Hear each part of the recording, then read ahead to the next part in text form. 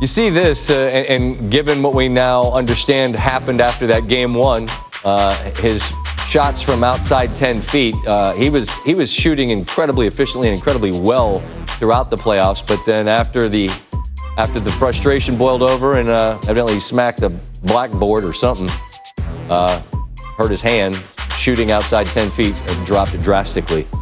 And Golden State wins in a walk. Steve Kerr has joined us.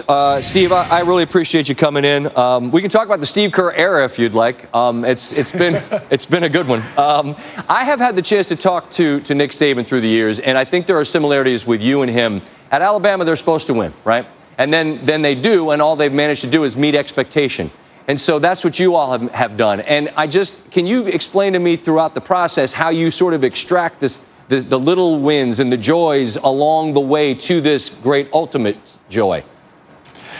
Yeah, it's a great question, Scott, because when we were in this building 3 years ago celebrating it, it felt like a dream. We couldn't even believe that we were NBA champs. And now, for the last couple of years, it's been, okay, now you're supposed to.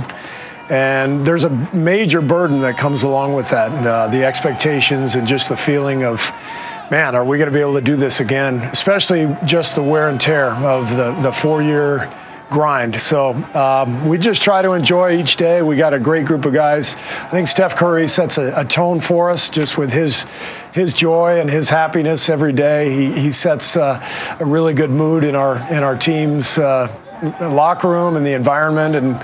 And we just try to remind ourselves we're in a special era. We got to take advantage of it. Given what you've accomplished as a player and given your understanding of the game, it feels to me, Steve, like you could wear many hats. What have you learned is the most important role that you need to play to this team? I'm kind of a guide. The NBA is all about the players. It's a players' league. You got to have talent, and we've got a lot of talent, obviously, more than anybody. I think my value is my experience as a player, especially playing for the Bulls. Those teams that won 3 straight titles, there's a very similar vibe on this team in terms of the expectations, the grind, teams coming after us night after night. And I think that experience as a player has helped me as a coach with the Warriors and help kind of shape the vision and give them an idea of what's coming and what we've got to accomplish.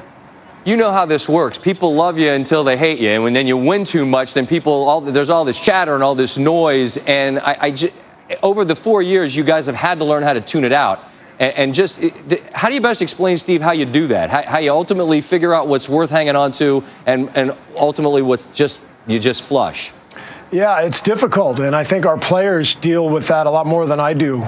You get older and you don't really care what anybody thinks. But when you're young and you're playing and you're in the midst of it and everybody's judging you and criticizing you on a daily basis, and you're looking at your phone all day long, that's something you've got to contend with. But the guys rely on each other. They lean on each other. We've got a great atmosphere. We have a lot of fun every day, and we just try to keep reminding ourselves that we're lucky. We're only going to be doing this for a short period of time in the grand scheme of things, and we're trying to enjoy every minute of it. I got to ask you about these quotes that I'm reading. Mark Spears from The Undefeated has this. It's from Shaun Livingston. A shout out to Steve Kerr for dealing with all our BS this year. And then David West says, y'all got no clue. This tells you about this team that nothing came out. I'm not going to put you in the impossible position of telling me what didn't get out, but would it be fair based on these quotes to say that you had some things to manage as a group throughout the season?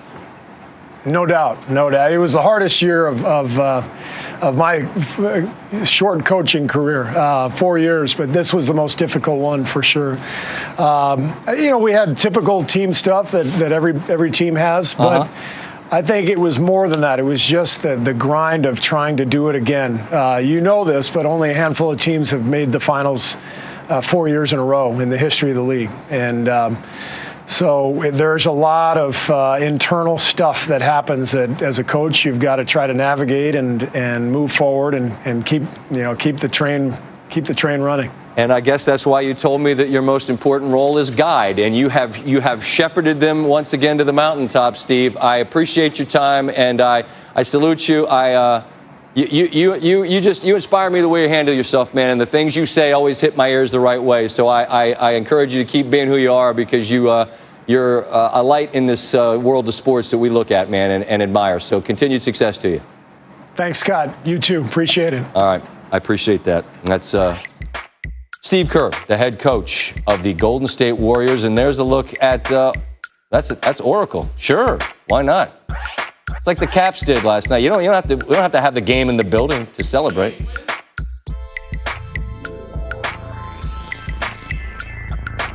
It say 3 times. Oh, snap. Yeah. Clay just Googled himself. It say 3-time champion already. That's dope. That's the world we live in, I guess. You never Google yourself. Never. I don't know. If you're a 3-time champion, by all means, Google yourself. Kevon Durant's going to stop by. We'll talk to him. We'll stay until people get bored of talking. Hopefully you'll keep watching.